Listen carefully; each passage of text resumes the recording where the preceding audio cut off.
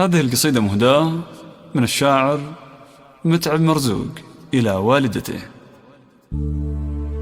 من الفرح طابت تعابير الشعر في ليلة فيها الفرح غير الليال، يا أهل الفرح وضيوفنا واللي حضر فزوا لأم متعب بليلة الاحتفال. من الفرح طابت تعابير الشعر في ليلة فيها الفرح غير الليال، يا أهل الفرح وضيوفنا واللي حضر فزوا لأم متعب ليلة الاحتفال. رشولها في دربها ورد وزهر اللي أقبلت مثل البدر ليل الكمال، اللي أقبلت مثل البدر ليل الكمال. أم العروس الغالية تاج الفخر متعب اللي ما لها ند ومثال، فرحة أميرتها خلود ضي النظام تفرح وفرحتها خيال في خيال. متعب اللي قدرها وسط الصدر شيخت عربها دون شك ولا جدال. أم الكرم والطيب سيرتها عطر صنعة أصيلة فارقت بالخصام من الشيوخ اللي لهم شان وقدر من رأس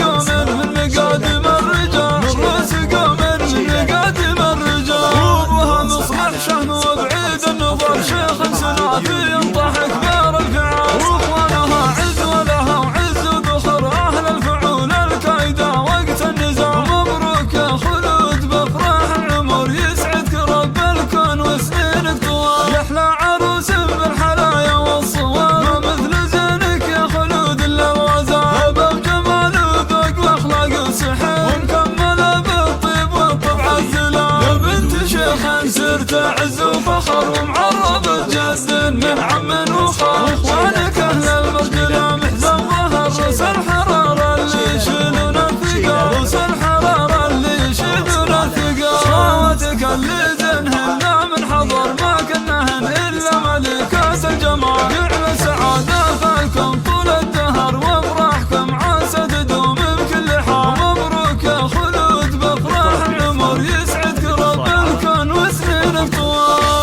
000 80115